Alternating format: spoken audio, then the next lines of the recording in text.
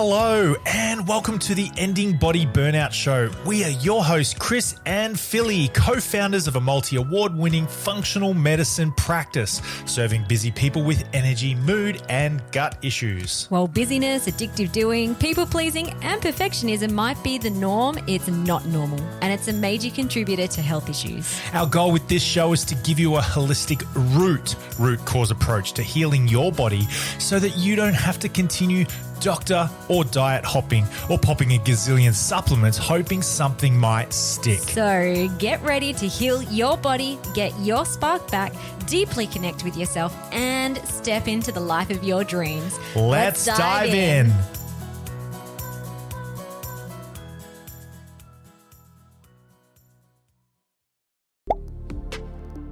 Hey guys, welcome to this episode of the Ending Body Burnout Show. We're excited to have a chat to you. Hi, today we're going to talk about the M.E.S.S framework.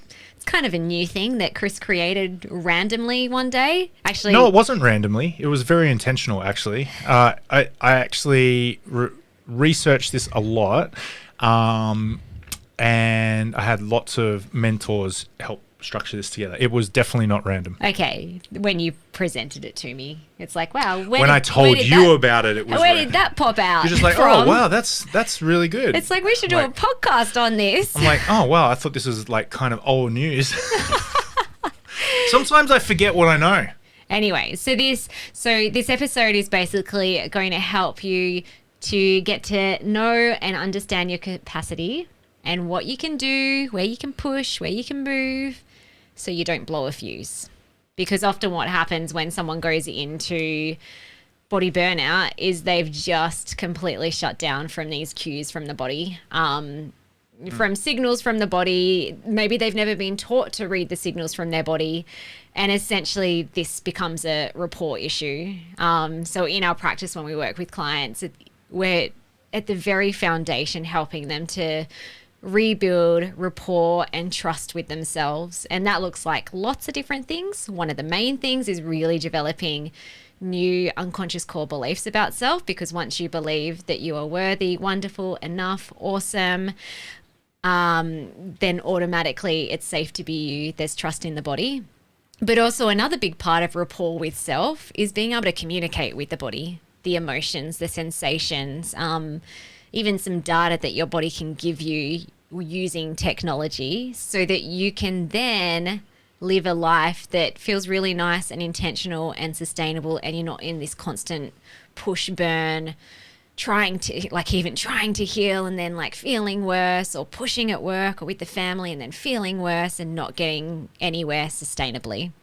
So this is what this episode is going to be all about. We had an amazing practitioner come in on the podcast. I forgot to grab the episode number, but it was probably about a year or two back. Probably in the show notes. Jessica Maguire.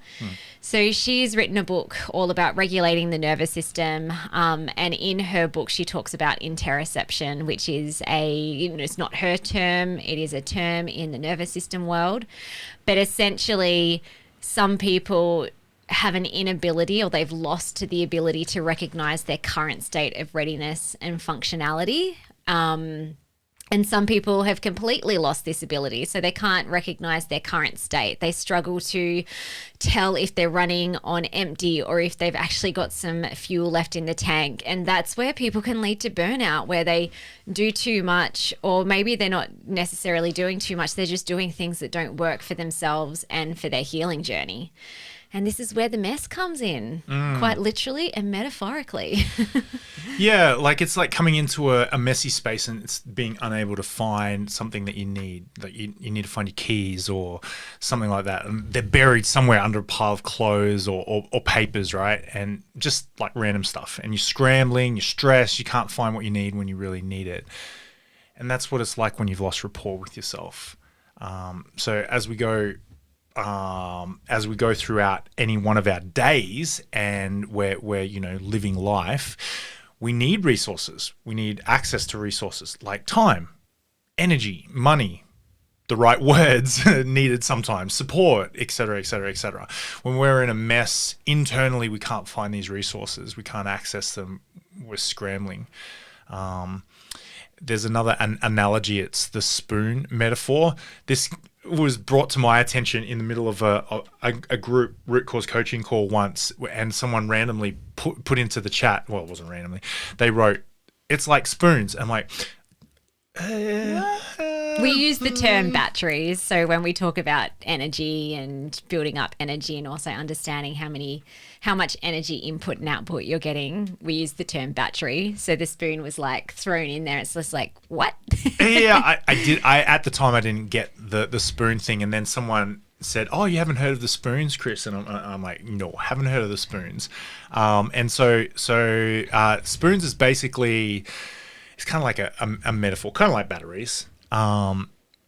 Healthy people people who aren't burned out, they seem to have an infinite supply of spoons, right? They can get anything done. They function effortlessly, easily in seemingly any scenario or context, and they've got energy to spare. But when you're burned out or you're depleted, you feel like you've used up every single one of your spoons just to get up in the morning, right? And when you're so depleted, seemingly innocuous challenges, they can feel like a massive overwhelm. Your challenges are up here, your capacities down here, so you're overwhelmed. Things that wouldn't normally phase you might suddenly feel impossible, and you blow a fuse. You're under attack. Life seems and feels really unsafe. Yeah. Do you have anything to add? No, that's Any questions? good. Yeah, cool. I think it's just really important, this is what we're getting into now, is recognizing how many spoons or batteries you have at any given time. Like we see this. Actually, I was talking to a client recently and she really wanted to get into exercise. She's like, "Oh, I've put on some weight and this isn't feeling very good. And I want to get back into exercise." And she started going to the gym at 5 a.m. in the morning, or maybe it was 6:30. I can't remember. It was early in the morning. So waking up early to get to the gym, trying to do it every day for 1 week, and then crashed and burned. Yeah. And in our one-on-one session, I actually put up like some slides I have on the batteries, or, we're using the spoon analogy, and worked out how many batteries or spoons she had at the start of the day. I can't remember what it was. It might have been 14 or something. And then adding up all the things that she did during the daytime, including a pretty high stress job, which is multiple hours. And she was going to bed every night with negative batteries, and then trying to add morning exercise on top of all of that. And so when we looked at that, actually on the same day, I used this principle for a few clients. Another woman was not sleeping well at all. So she was basically waking up with 7 batteries and using up 20 or 30 throughout the day. And then from a healing point of view, it's like it's impossible to heal and to get improvement and continual progress that is sustainable if you're not being aware of how many batteries you're using and how many you're putting out or putting back into the tank. Yeah, it's this is kind of like gold at the moment. The economy used to be based on how much gold we actually had. Banks operated based on gold and all this sort of stuff. I'm not an economist. Really can't dive deeper into this analogy, but it used to be based on gold, and then somewhere around XYZ amount of years ago, they stopped basing it on gold, and it was just about like how much notes and blah, blah, blah, blah, blah. And there was economy crashes and things like that, depressions and stuff. And that's what happens with us when we don't base our activity and our output based on the gold, the spoons, the batteries that we have, we go into a crash. And it's variable. It's not going to be the same all the time. Some of our clients might wake up and they've got like a whole drawer. They've got a whole drawer of spoons, like nice little crystal kind of ones. Well, this right? is like, if we want to get geeky around it. So when I'm coaching a client around this, if you're having, for every 1 hour of good solid sleep, you're waking up with You're using spoon. I'm just using battery because that's the terminology that I use. A battery operated spoon. A battery operated spoon. A client will accumulate 3 batteries. So for example, if I have a great night's sleep, I usually sleep about 8 or 9 hours a night. It's the best. So what's that? 8 times 3 is... No idea. 8, 16, 24. So we're a health waking up, podcast, not a math podcast. Waking up with 24 batteries, and also for every 30 minutes of restorative like practice during the daytime. That might be a nap. It might be lying down on the grass and, lying in the sun. Yeah. It might be deep meditation or like a really restorative breath work, something that almost feels like you're asleep. So an example of what that wouldn't be would be going into a sauna. Although that can be relaxing and healthy and rejuvenating for people, you're still sweating out a lot of batteries.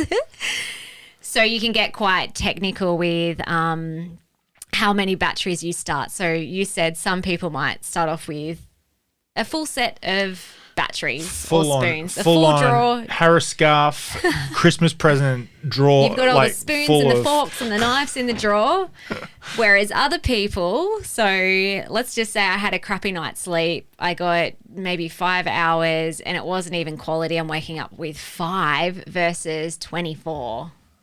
And so a lot of people and so then there's also a method too of working out, looking at all the things you're doing throughout the day. Is it taking up 1 battery? That would be things that are like easier things to do. So for me, that would be a nice slow walk on the beach, listening to a podcast. Doesn't require a lot of energy, but I really enjoy it. Versus 4 batteries would be standing up on a stage or like doing a webinar with 100 people on live. That takes up a lot more batteries. And so you can get really strategic to work out how many batteries you're using up during that day. Yeah, look, this is the victim-slave mentality. You go back in history, thousands and thousands of years, slaves and the oppressors, right? We do this to ourselves when we're burned out. We say, I have to, I need to, I've got to. Bang, that's slave driver. That's slave driver stuff. You must, you've got to. And we go out there up Should Creek without a paddle. And I said should, Mum. And this is the victim mentality. We do things when we just don't have the capacity for. We get driven into self-slavery. Therefore, we're not like, we don't have rapport. Yeah, and that's where the broken rapport comes in. So when you don't trust yourself, you don't love yourself, you like deep unconsciously believe you're worthy and deserving, and you're out of touch with the signals from your body and your mind and your emotions, then you're going to get swept away with trying to do the things because you feel like you should be doing them. And usually it's because you're running away from the deepest fear you have about yourself, which is broken rapport. Boom. Yeah. So recognize how many spoons or batteries that you have, and also how many you're using up throughout the day. I'll pop in the show notes. This is for client access, but we do have a workshop specifically around this, energy versus time, and managing your energy in a really sustainable way so you can build up energy over time without burning up all your batteries. So for any clients in our Ending Body Burnout method, you can check that masterclass straight through the link. Yeah. All right. So let's just say you wake up. If you've got low rapport or no rapport with yourself, you've broken rapport with yourself, you don't realize, man, I actually have very little capacity right now. When you are broken rapport, you're not thinking about yourself. You don't care about yourself, like honestly, and you're not caring. There's no self-love. And so therefore you're a slave to the dictates of whatever, whoever. Culturally, stories, all that sort of stuff. And so you're just not thinking about how much capacity do I have, how many resources. No, you don't care. So you grab the whip, you crack it, and you get cracking. You get into it. You go do it. Just harden up, shut up, go. And so some mornings you wake up And if you do have that broken rapport, what tiny amount of spoonage or cutlery you have or battery, you just blow it, you use it up just waking up, getting out of bed. And so then therefore you deplete it again. And if you're running this slavery pattern with yourself, you're in a constant cycle of wake up low or depleted, burn it out, just waking up, getting up, forcing yourself to go, and just like a slave, you get that whip crack, yourself whip cracking. No wonder you can't heal from your burnout when you run that pattern. So number one, you have to recognize I have 0 spoons or 1 spoon, and you got to protect it. If you don't protect it, then if you're not strategic with that spoon, then you're just running yourself into the ground. Yeah. This takes, like, when you're protecting your spoons, your batteries. Like, personally for me, I didn't just work it out in an hour. I could work out how many batteries I was waking up, and generally speaking, how many batteries I was using up. That was still like a bit of a mental challenge, but it's like, oh, okay, cool. But as you're living your life, you'll also notice that things might fluctuate those batteries. So, for example, if you're a woman who has a cycle still, your batteries, you'll have more batteries during ovulation compared to leading up to your period or when you are bleeding. And things are going to be variable depending on the sleep and that sort of stuff. So over time, like, I'll give you a really specific example. My body was sending me clear signals that I was doing too many one-on-one coaching consulting sessions over the course of a week. And I can't really even remember what the signal was. It was probably more mental, emotional. It was kind of like feeling a bit angry, resentful, but feeling stretched as well. It was almost like I'd come home and I'd feel like, there's so many other things I need to do, and I don't have enough time to, work on the business and do marketing and admin and all that sort of stuff. So over a few months, might have even been over 6 months, I really intentionally played around with how many hours feels really aligned in this season of my life. And like, max 20 hours a week of meeting with 20 clients one-on-one a week is my max. If I go over that, my body and my mind are not happy. They tell me very quickly that you've broken the boundary. Yeah, so this is a really good practical example of boundaries. A lot of people think that when boundaries is like saying no to everything, and sometimes it's just about clarifying. It's drawing a line in the sand or erecting a fence and just saying, oh, this is where my day ends. I love my job. I love my work. I'm called to be here, but my boundary is this. This is where this boundary is where the edge of where I tip from being meeting my life's purpose in service while receiving just payment and that sort of thing. Equal what's the word I'm looking for? Equal pay, whatever. Transaction. That's the edge. When I tip over that edge, I'm into martyrdom. I'm into self-sacrifice unresourcefully, all that sort of stuff. It can be in work. It can be in just putting pants on in the day. It could also, do you know what I'm saying? It definitely shows up in healing too. Like, there's only so many spoons or batteries that you have to put energy into healing. Like, some healing practices might be restorative, like sleeping or zoning out in the sun and just resting. But, there's other things too where it's like, oh, well, okay, I also need to nourish my body. I want to nourish my body, so I'm going to have to cook.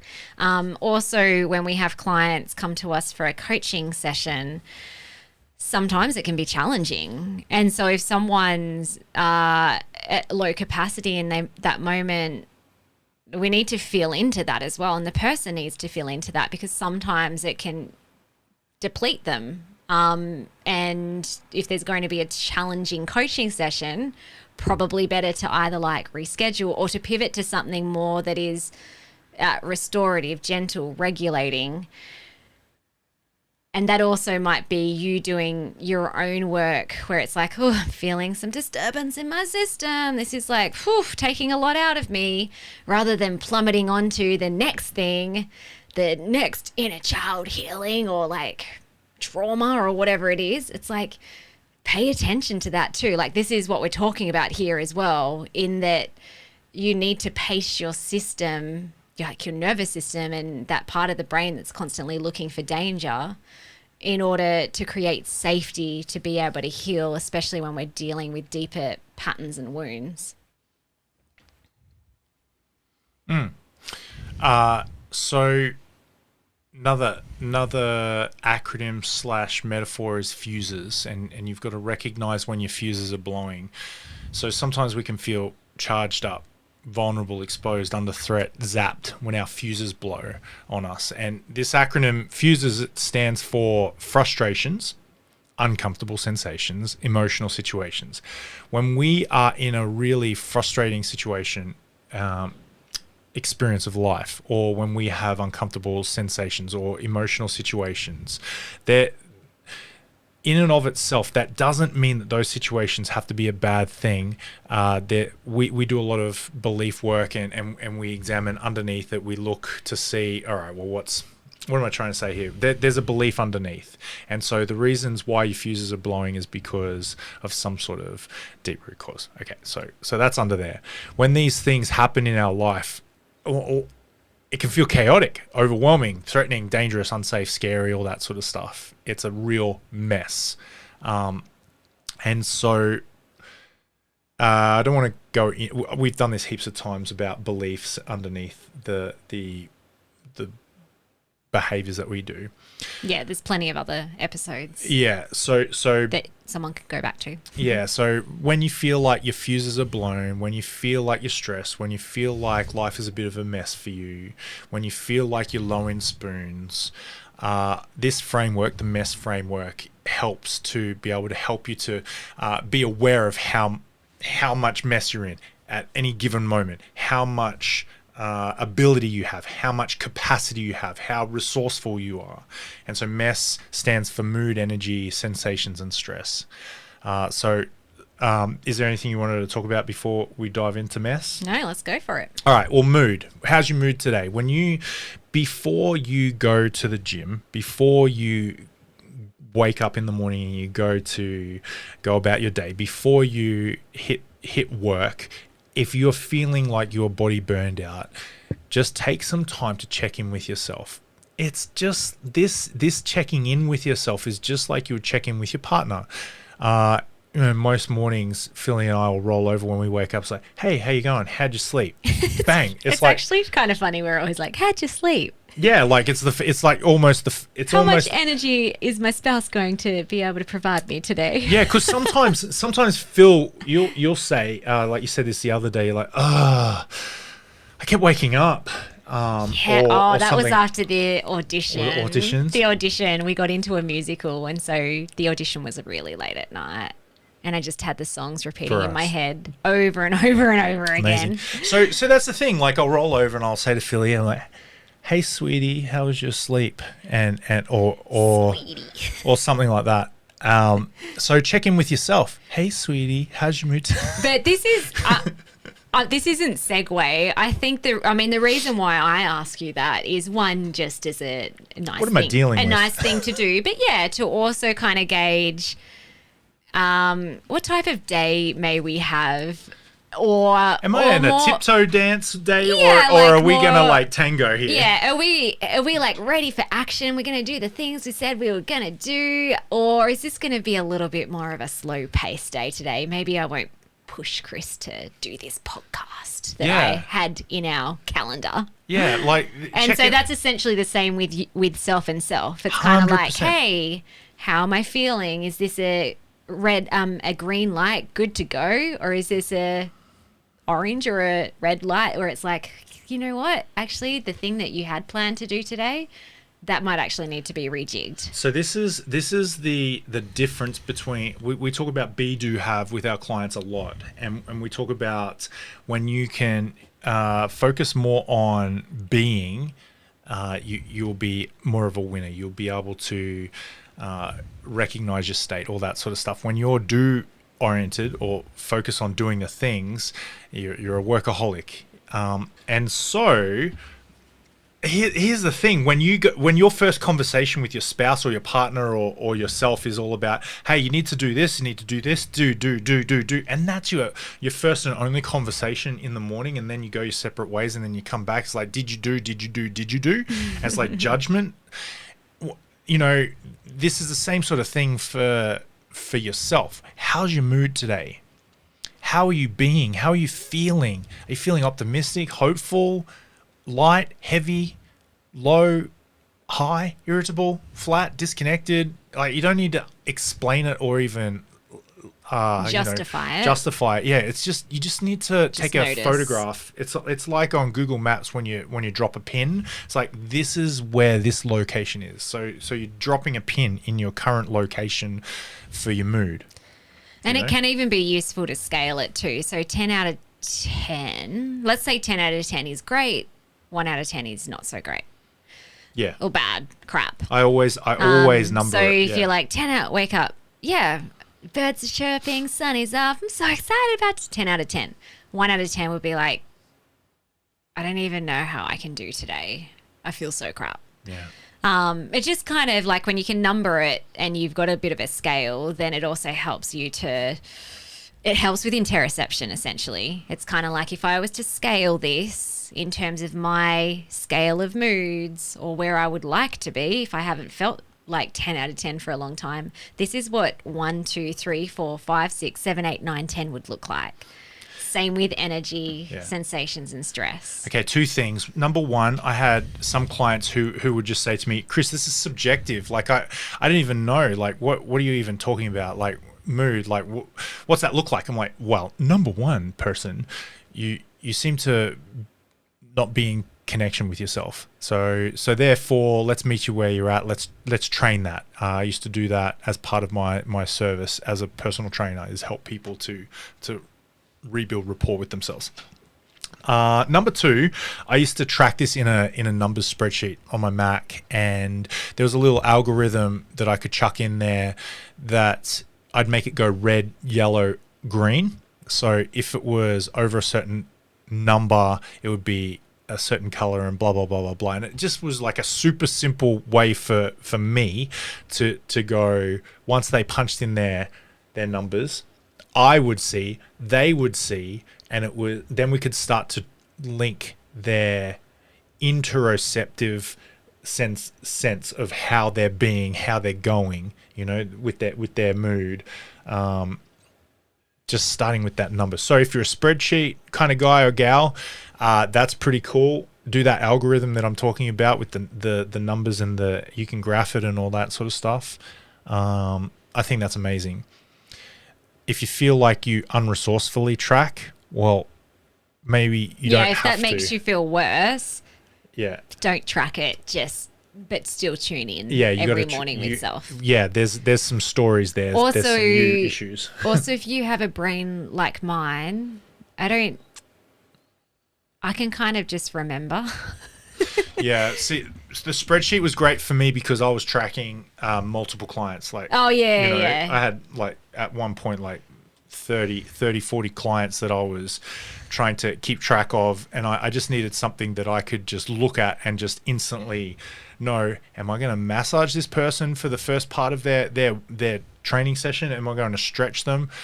Some of my clients, I would have them lay down with a sleeping mask on the massage table with a pillow or a bolster under their head, and they'd put headphones on, listen to some solfeggio, and they'd sleep for the first 10-15 minutes. Obviously a really good thing, Which was interesting. We've kind of jumped ahead a bit because I don't feel like we've talked about all the messes. True. But let's just talk about the gym side of things, because back in the day when you started personal training and then having a gym, Hardcore. It was like, go, go, go, thrash yourself, get strong. You're lose not the enough weight. unless you do the thing correctly and intensely.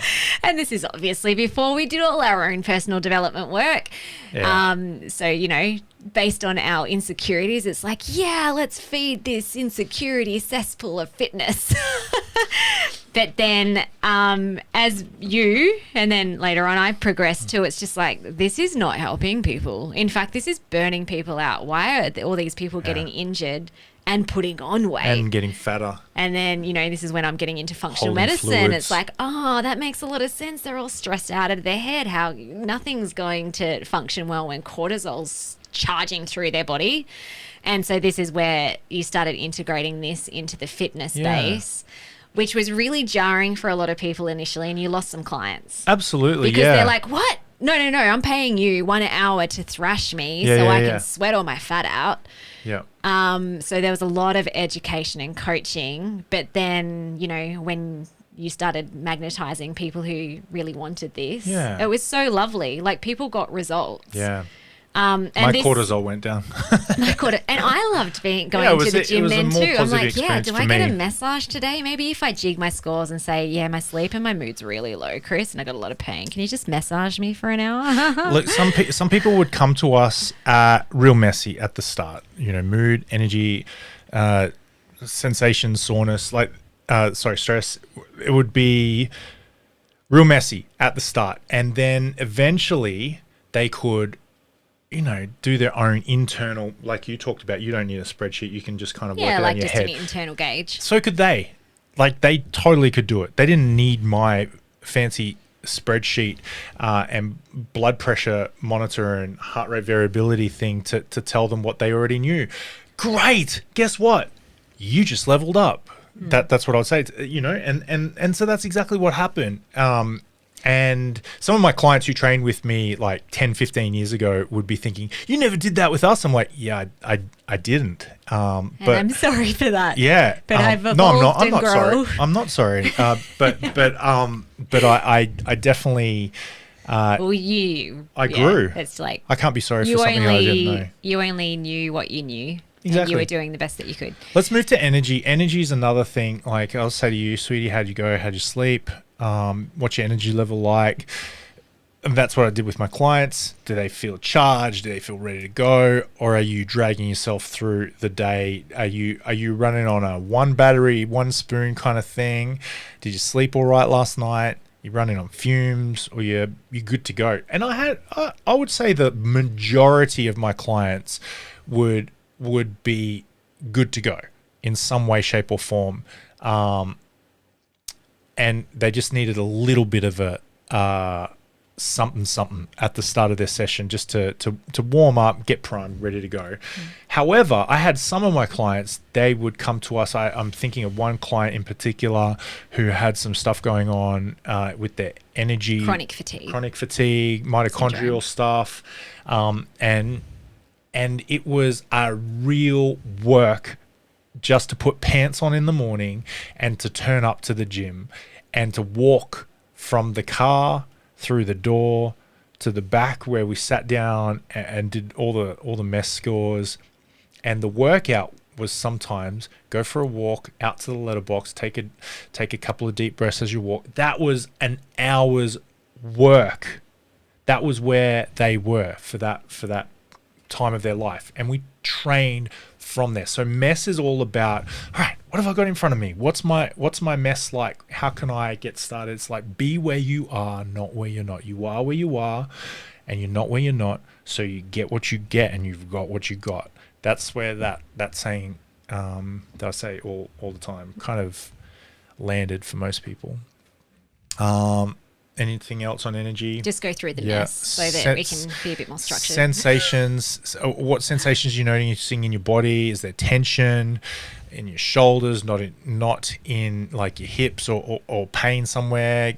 You know, do you even have like a metaphorical sensation, like a not in your stomach or a gut feeling something's off?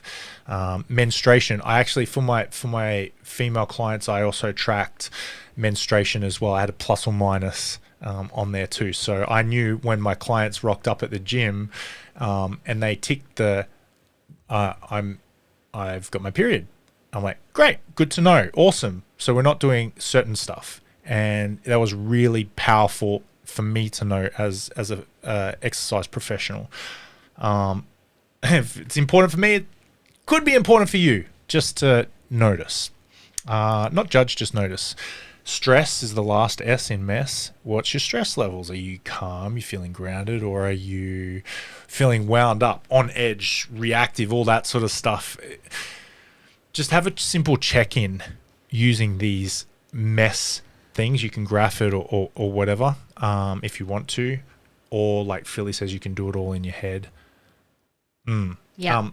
There's also, you can use external measurements too, like blood pressure, heart rate variability. People have a lot of people have the Aura ring or the special watch. I don't, which is why I don't know the terms. You can even use the apps on your phone, on your smartwatch, all that sort of stuff. And I think the apps are good if you struggle to tune in internally as a starting point. But I think out of it. It's a beautiful skill to organically just be able to tune in with yourself and know where you're at. So Chris was using the gym, I guess, really as an example of specifically how he used this with clients. But essentially it's applied daily as well. So I'll go back to not having a great sleep the other night.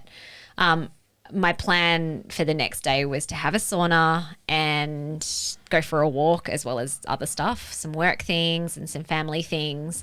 And when I woke up, I'm like, yeah, my batteries, they're a lot lower than what they usually would be. I'm going to have to take some things out. Like, I actually want to take some things out because I know that if I do all of this, I'm going to feel worse, not better. So I intentionally decided not to do a sauna. I also, instead of going for a walk, I switched that to just a really gentle somatic regulation, rolling around on the ground for half an hour. And I felt more energized doing that than if I'd been like structured and tried to do all the things that I thought I was going to do that day. And sometimes I'll rejig what I'm doing with work as well. So if it's a work at home day, I have a lot more flexibility because, you know, it's pretty rare that there's something that urgently needs to be done now. And so I can pick and choose what I give my energy to.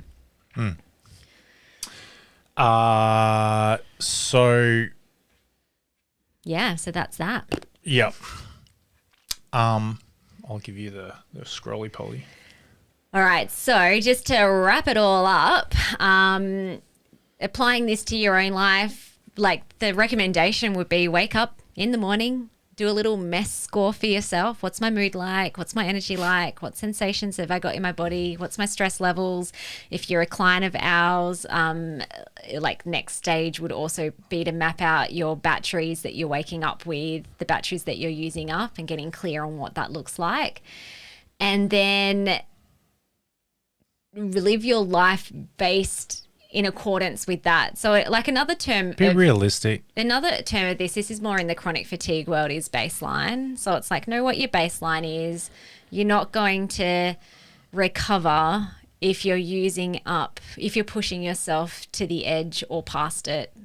And sometimes that means making some really big decisions. Like one of the clients I spoke to this week, she's recognizing that her workspace is just like beyond her capacity at the moment, and she's trying to turn up, but it's also feeding a lot of